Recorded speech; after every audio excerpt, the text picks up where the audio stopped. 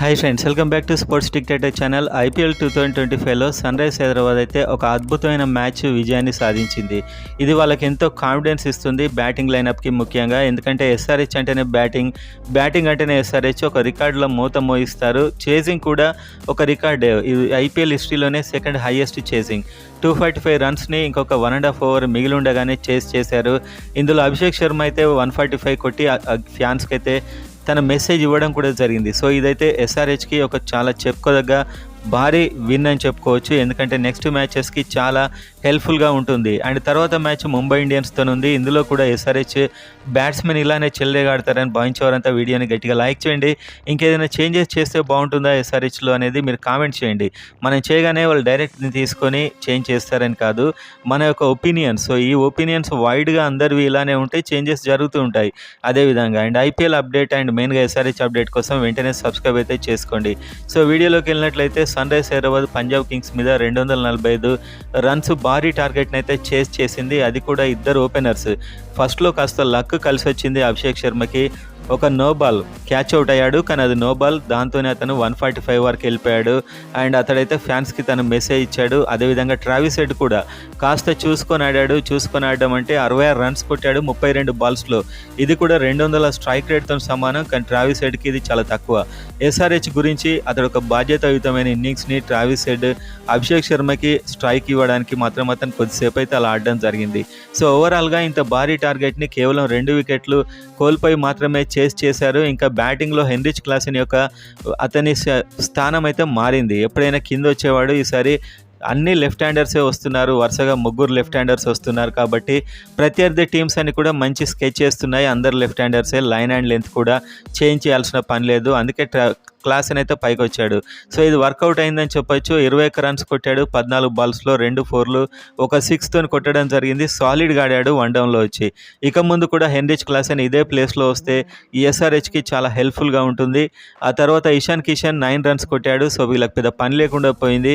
And Nitish Kumar Reddy, Abhinav Manohar and చాలామంది ఇంకా batsmen అంతా కూడా అనికేత్ వర్మ కూడా ఇంకా మిగిలి ఉన్నారు. సో ఒక సాలిడ్ బ్యాటింగ్ లైనప్, ఒక మంచి బ్యాటింగ్ వికెట్ మీద అని చెప్పొచ్చు. అండ్ ఇక్కడ మెయిన్గా చెప్పుకోవాల్సింది ఏంటంటే సన్ రైజ్ హైదరాబాద్ బౌలర్స్ గురించి. నన్ను అత్యంత ఎక్కువగా ఆకట్టుకున్న బౌలర్ అయితే ఇషాన్ మలింగ. అంటే హర్షల్ పటేల్ బాగా వేయలేదని కాదు, మెయిన్ విన్నర్ అయితే నిన్న మ్యాచ్ విన్నర్ హర్షల్ పటేల్. 4 ఓవర్లో 42 రన్స్ ఇచ్చి 4 వికెట్లు తీశాడు. వికెట్ పడిన ప్రతిసారి వాళ్ళు స్లో అయ్యేలా చేశాడు. అందువల్ల స్కోర్ తగ్గింది. యాక్చువల్గా చెప్పాలంటే 245 కాదు 230 అలా ఆగాల్సింది. కానీ చివరిలో మహమ్మద్ షమి అయితే తన రిథమ్ లేని బౌలింగ్ 4 ఓవర్లలో 75 రన్స్ ఇచ్చేశాడు. మహమ్మద్ షమి కరెక్ట్ స్లాట్లో వేస్తున్నాడు. మెయిన్ థింగ్ ఏంటంటే రన్స్ ఇవ్వడం కాదు, అతడు ఎక్కడ బౌలింగ్ వేస్తున్నాడని వాళ్ళ ఆర్క్లో వేస్తున్నాడు. కరెక్ట్ కొట్టండి ఇంకా నా బౌలింగ్ అని. అండ్ పేస్ కూడా 130 135లో ఆ వేరియేషన్స్ లేదు. ఓవరాల్గా చూసుకుంటే మహమ్మద్ షమి ఎలాంటి రిథంలో కనిపించట్లేదు. సో ఇలాంటి టైంలోనే నాకు అనిపించింది ఏంటంటే మహమ్మద్ షమిని పక్కన పెట్టొచ్చు నెక్స్ట్ మ్యాచ్కి. ఎందుకంటే రెగ్యులర్గా ఇతడైతే అంత పెద్ద స్ట్రాంగ్ కనిపించట్లేదు. ఆల్రెడీ 3 ఫాస్ట్ బౌలర్స్ ఉన్నారు. ప్యాట్ కమిన్స్ 4 ఓవర్లో 40 రన్స్. సో అలాంటి బ్యాటింగ్ వికెట్ మీద 10 రన్స్తోనే ఇస్తున్నాడంటే అది మా నార్మల్ పిచ్ల మీద 5 రన్స్తో సమానం. సో ప్యాట్ కమిన్స్ అండ్ అదేవిధంగా ఇషాన్ మలింగ ఓపెన్ చేస్తే బౌలింగ్ చాలా అద్భుతంగా ఉంటుంది. ఇషాన్ మలింగ బౌలింగ్ అయితే నన్ను ఎందుకు ఆకట్టుకుందంటే స్పాట్ ఆన్ యార్కర్స్. సో ఆ యార్కర్ ఎలా ఉందంటే బ్లాక్ హోల్లో టపిమని పడుతుంది. అండ్ పేస్ వేరియేషన్స్ 140 నుంచి 116 వేస్తున్నాడు. సో ఆ డెత్ ఓవర్లలో అద్భుతమైనటువంటి బౌలర్గా కూడా మారుతాడు. అండ్ మిడిల్ ఓవర్లలో స్లో బౌలర్గా కూడా ఉంటాడు. సో ఎస్ఆర్హెచ్ బౌలింగ్ ఒక లైఫ్ ఇచ్చాడు నిన్న ఇషాన్ మలింగ అని చెప్పొచ్చు.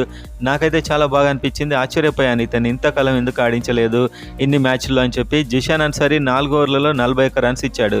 సో అంత ఎక్స్పీరియన్స్ లేని జిషాన్ అన్సారీ ఇంతలో బౌలింగ్ వేస్తున్నాడు. సో ఇక్కడ మహమ్మద్ షమి ప్లేస్లో రాహుల్ చహార్ని కనుక తీసుకొచ్చినట్లయితే అతడు ఎంతలో బౌలింగ్ వేసే ఛాన్స్ ఉంది మీరు అర్థం చేసుకోవచ్చు. ఎంత వేసినా కూడా ఇంతకంటే ఎక్కువ రన్స్ అయితే ఇవ్వడు.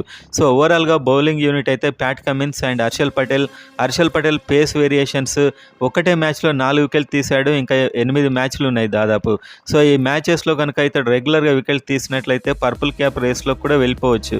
అండ్ ఆ తర్వాత ఇషాన్ మలింగ అండ్ జిషాన్ అన్సారీ అండ్ రాహుల్ చహార్ ఇద్దరు స్పిన్నర్లు, 3 ముగ్గురు ఫాస్ట్ బౌలర్స్తో బౌలింగ్ లైనప్ అయితే సెట్ అయిపోతుందని నాకు అనిపిస్తుంది. ఎందుకంటే పెద్ద పెద్ద బౌలర్స్ని మిగతా టీమ్స్ పక్కన పెడుతున్నాయి. ఈవెన్ నటరాజన్ని 11 కోట్లు పెట్టుకున్న వాళ్ళ టీం అతన్ని ఆడించట్లేదు, ఎందుకంటే టీం కాంబినేషన్ కోసం. సో ఆ విధంగా అయితే ఉంది. అండ్ మొత్తానికైతే ఈ బౌలింగ్ యూనిట్ సెట్ అయిపోయిందని చెప్పొచ్చు. బౌలింగ్ వికెట్ మీద వీళ్ళు ఇంతకంటే బాగా రాణిస్తారు. ఒక మహమ్మద్ షమీని పక్కన పెట్టే ఆప్షన్ కరెక్టా కాదా అన్న వాళ్ళంతా కామెంట్ అయితే చేయండి. ఎందుకంటే 6 మ్యాచ్లు చూసేశారు ఆల్రెడీ. ఇప్పటి వరకు అతను డేంజర్గా అయితే కనిపించట్లేదు. And sun rise Hyderabad 8th ప్లేస్లో ఉంది. 6 మ్యాచ్ల్లో 2 గెలిచారు.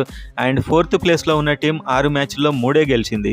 అంటే ఒక విజయం మాత్రమే ఎక్కువ ఉంది. అందుకే ఇప్పుడు ప్లే ఆఫ్ వెళ్ళడానికి ఇంకా ఛాన్సెస్ ఉన్నాయి.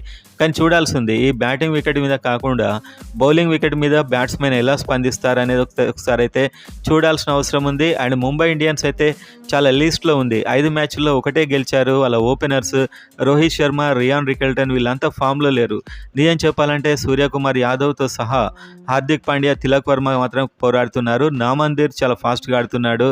ఒకవేళ sun rise Hyderabad bowlers batsmen అయితే అభిషేక్ శర్మ, ట్రావిస్ హెడ్ వీళ్ళు ఖచ్చితంగా స్టార్ట్ చేస్తారు. ఎందుకంటే ఎస్ఆర్హెచ్ అంటే వీళ్ళిద్దరే అని చెప్పొచ్చు. ఒక బ్రాండ్, వీళ్ళ ఓపెనింగ్ అనేది ఒక బ్రాండ్. ఎన్ని మ్యాచ్ల్లో ఫెయిల్ అయినా వీళ్ళే కంటిన్యూ అవుతారు. కింది ఆర్డర్స్ అయితే మారచ్చు, కానీ Abhishek Sharma and Travis head అయితే మారరు. సో వీళ్ళైతే ట్రెంట్ బోల్ట్ని, జస్ప్రీత్ బుమ్రాని ఫేస్ చేయాల్సి ఉంటుంది. వాళ్ళ బౌలింగ్ ఎలా ఉంటుందో మీ అందరికీ తెలుసు. వాళ్ళు యాక్యురేట్గా వేస్తారు, యార్కర్ వేస్తారు. అండ్ డెత్ ఓవర్లో వాళ్ళ బౌలింగ్ కూడా చాలా అద్భుతంగా ఉంటుంది. సో స్టార్టింగ్లోనే ట్రెంట్ బోల్ట్ అయితే తన స్వింగ్, ఆ లిటిల్ బిట్ స్వింగ్ అనేది ఉంటుంది. దాంతో right handers and left handers కూడా ఇబ్బంది పడతారు. అది అర్థం కాక మొదటి ఓవర్లోనే వికెట్ తీయడంలో ప్రపంచ నెంబర్ 1 ట్రెంట్ బోల్ట్ అని చెప్పొచ్చు. జస్ప్రీత్ బుమ్రా, దీపక్ చహార్ వీళ్ళనైతే ఓపెనర్స్ ఫేస్ చేయాల్సి ఉంటుంది. అండ్ అదేవిధంగా వాళ్ళ దాంట్లో స్పిన్నర్స్ లేరు. Mitchell Santner and Vignesh Puthur అనే కొత్త స్పిన్నర్ ఉన్నాడు. సో వీళ్ళని ఆడొచ్చని నేనైతే అనుకుంటున్నాను. సో ఓవరాల్గా చూసుకున్నట్లయితే sun rise Hyderabad Mumbai Indians మ్యాచ్లో రోహిత్ శర్మ వీళ్ళ ఓపెనింగ్ కూడా పెద్ద బలంగా లేదు. ఎస్ఆర్హెచ్ ఓపెనింగ్ ఇప్పుడే స్టాండ్ అయింది. సో ఒక విధంగా చూడాలంటే నిన్నటి మ్యాచ్ అది 141 రన్స్ 55 బాల్స్లో కొన్ని లైఫ్స్ అయితే వచ్చాయి. అయినా కూడా అభిషేక్ శర్మకి ఒక కాన్ఫిడెన్స్ వచ్చి ఉంటుంది. అండ్ ట్రావిస్ హెడ్ కూడా 66 రన్స్ కొట్టాడు. ఇతడికి కూడా ఒక కాన్ఫిడెన్స్ వచ్చి ఉంటుంది. హెన్రిచ్ క్లాసెన్ కూడా థర్డ్ అంటే 1 డౌన్లో వచ్చి చాలా నిలకడగా ఆడాడు. సో ఇక నుంచి ఇదే కాంబినేషన్ ఫాలో అయితే చాలా బెటర్. ఎప్పుడైనా కూడా హెన్రిచ్ క్లాసెన్ 5వ డౌన్లో అక్కడ వచ్చి అతడు పెద్ద టైం కాలేక, సెట్ కాలేక అతడైతే అవుట్ కావడం జరుగుతుంది. 1 డౌన్లో వస్తే left and right hand combination maintain అవుతుంది. మీరు చూసినట్లయితే అభిషేక్ శర్మ, ట్రావిస్ హెడ్లో ఎవరు అవుట్ అయినా కూడా హెన్రిచ్ క్లాసెన్ వస్తాడు. అప్పుడు ఒక లెఫ్ట్ హ్యాండర్, ఒక రైట్ హ్యాండర్ ఉంటారు. మళ్ళీ ఎవరైనా అవుట్ అయితే ఇషాన్ కిషన్ రావచ్చు.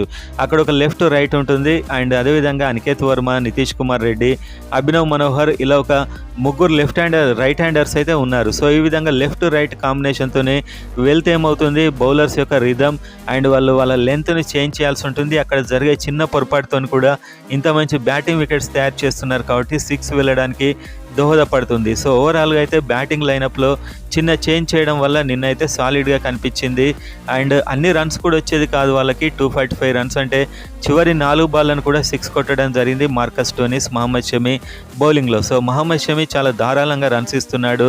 సో అతన్ని పక్కన పెట్టి 2 స్పిన్నర్లు రాహుల్ చహార్ అండ్ జిషాన్ అన్సారీ ఇద్దరిని కనుక తీసుకున్నట్లయితే బౌలింగ్లో చాలా స్ట్రెంగ్త్ వస్తుందని నేనైతే అనుకుంటున్నాను. వెరైటీ ఉంటుంది. సో ఇప్పుడు ఇంత 4 ఫాస్ట్ బౌలర్స్తో మనం అంత పిచెస్ అయితే లేవు ప్రజెంట్గా. కాబట్టి 2 స్పిన్నర్లు, 3 ఫాస్ట్ బౌలర్తో వెళ్తే చాలా బెటర్. అండ్ ముంబై ఇండియన్స్ కూడా చాలా కష్టాల్లో ఉంది. వాళ్ళు టేబుల్లో చివరి స్థానంలో ఉన్నారు. సో వాళ్ళ బౌలింగ్ కూడా ఆడే విధంగానే ఉంది. ఒక ట్రెంట్ బోల్ట్ చూసుకుంటే సరిపోతుంది. అతడి డేంజరస్ బౌలర్.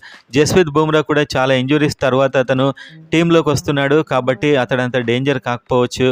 ఓవరాల్గా చూసుకున్నట్లయితే ముంబై ఇండియన్స్తోని 17th నాడు జరిగే ఈ మ్యాచ్లో ఎస్ఆర్హెచ్ గెలిస్తే ప్లే ఆఫ్ వెళ్ళే అవకాశాలు ఇంకా ఎక్కువగా అవుతాయి. అదేవిధంగా రన్ రేట్ కూడా పెరుగుతుంది. And openers and batsmen and bowlers అందరూ ఒకేసారి ఫామ్లోకి వచ్చారు. ఇషాన్ మలింగ మెయిన్గా ఇతన్ని ఎంకరేజ్ చేయాల్సిన అవసరం అయితే ఉంది. అవసరమైతే ఇషాన్ మలింగతోని బౌలింగ్ స్టార్ట్ చేస్తే ఇంకా బాగుంటుందని నేను అనుకుంటున్నాను. అతడు వేసే యార్కర్కి వాళ్ళు పవర్ ప్లేలో హిట్టింగ్ చేద్దామని చూస్తారు. ఇతడి యార్కర్కి, ఇతడి స్లో బాల్స్కి ఖచ్చితంగా ఒక వికెట్ అయితే పడుతుంది. ఇప్పుడు హర్షల్ మనకు ఎప్పుడైనా మహమ్మద్ షమి స్టార్ట్ చేస్తే అతను బౌలింగ్లో వెరైటీ ఉండట్లేదు కాబట్టి ప్రత్యర్థి బ్యాట్స్మెన్ అయితే రెచ్చిపోయి ఆడుతున్నారు. సో ఈ బౌలింగ్ లైనప్ని కాస్త చేంజ్ చేసి ఇంకొక స్పిన్నర్ని కూడా ఆడిస్తే చాలా స్ట్రాంగ్గా ఉంటుంది ఎస్ఆర్హెచ్.